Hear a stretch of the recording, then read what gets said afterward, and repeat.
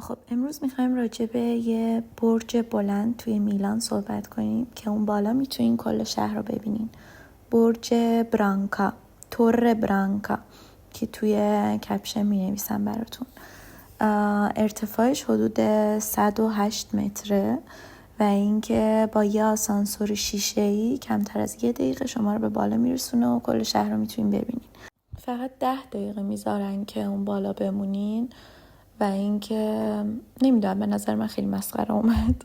این توی آسانسور با بقیه هستین، میرید بالا، 10 دقیقه بهتون زمان میدن عکس و فیلم بخواین بگیرین و از پشت شیشه بیرون رو نگاه میکنین.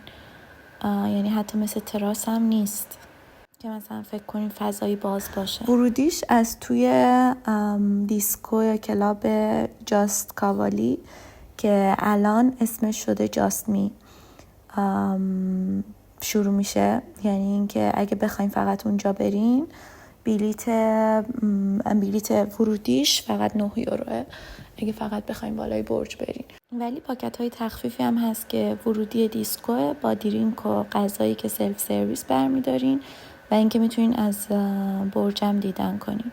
یه جای تقریبا کوچیکیه که هم فضای باز بیرون داره، هم یه بخشیش سقف داره و یه بخشیش پله میخوره که برای کسایی که رزرو کردن و مهمونای خاص.